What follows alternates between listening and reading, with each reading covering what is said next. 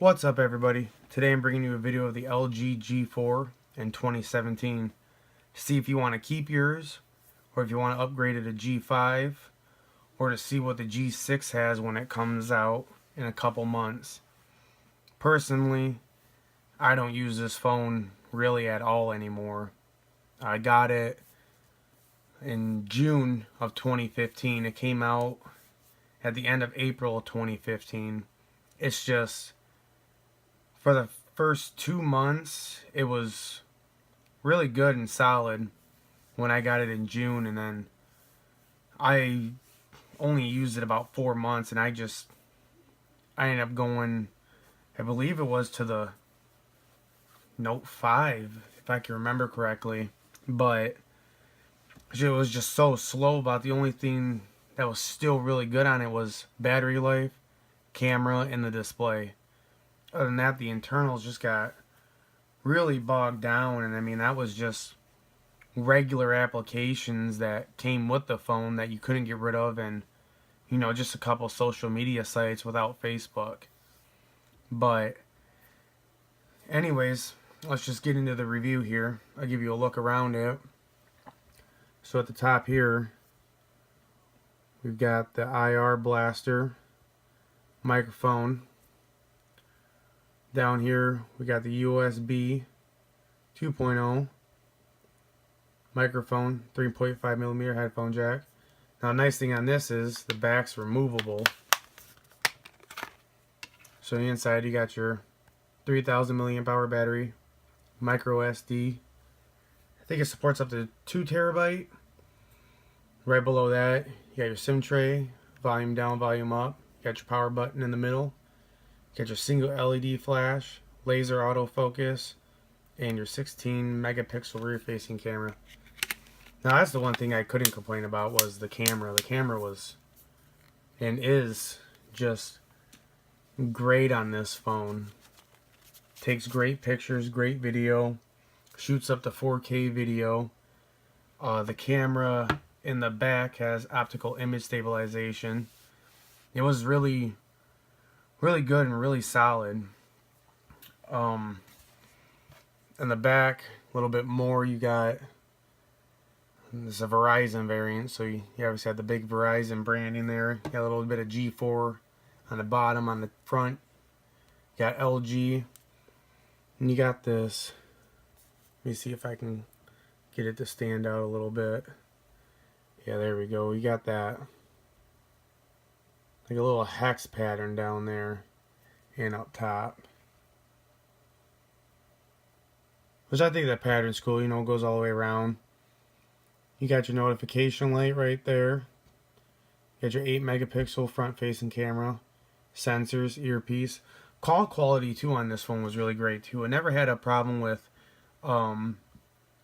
people hearing me or me hearing them. It's always clear.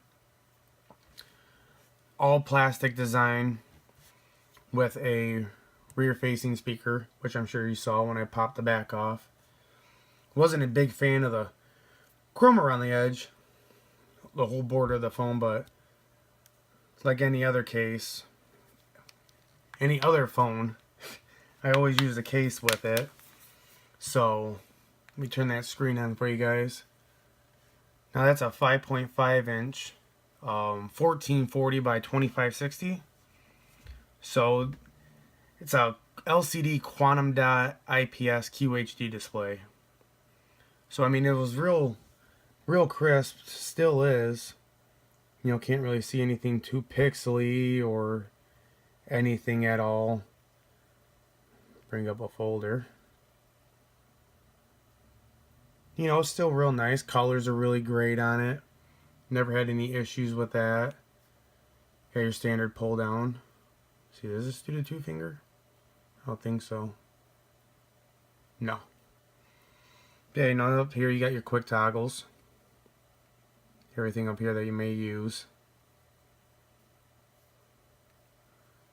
Yeah, it was internals. You have a 64-bit hexa-core Snapdragon 808, 3 gigabytes of RAM, 32 gigabytes of internal storage, and out of the box, with everything, all of Verizon's bloatware. Let me see if I can. So here's everything Verizon gives you. What do you got? 3, 6, 8, 9, 10, 11. So you get 11 pre-installed apps from Verizon. And then LG, they just keep it simple with about 4 in their folder anyways. I don't know if this music app is a part of LG. I believe the help is emergency alerts and stuff. You know, you got your standard stuff on here. But it held up. Let me see if I can bring up the storage. See how much is used with the little bit that I have in there. Let me see here. So yeah, with the little bit that I have installed, I have 18 left, which isn't too bad. I mean,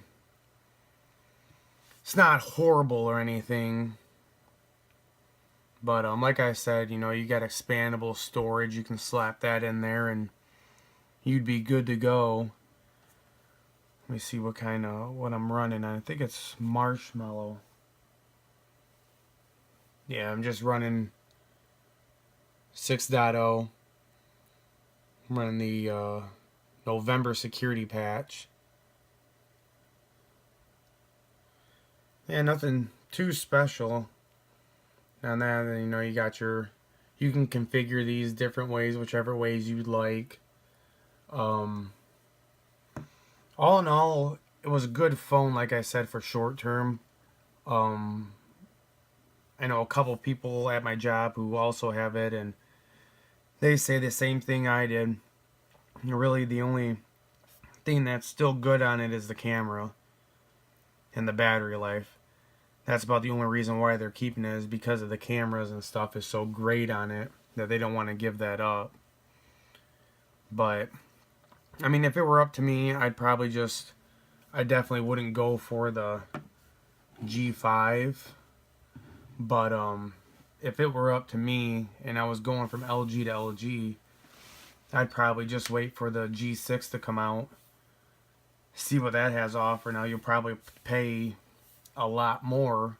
You know, you can grab the used unlocked G5 for about $300, but even at that price point, I'd still wait for the G6 just to see what that would have to offer, because that modular design on the G5 just, I don't know, it didn't sell me, I guess you can say. But also, this is all based solely off my opinion, and you know, everybody is entitled to their own opinion, and of course it's always going to be different.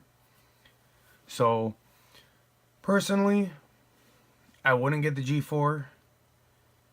If you want just like a great phone, I don't think it's going to get Nougat on it, Android 7.0, but if it does, I'd be real surprised. And I don't know, maybe that update, or if I missed an update, maybe that fixed the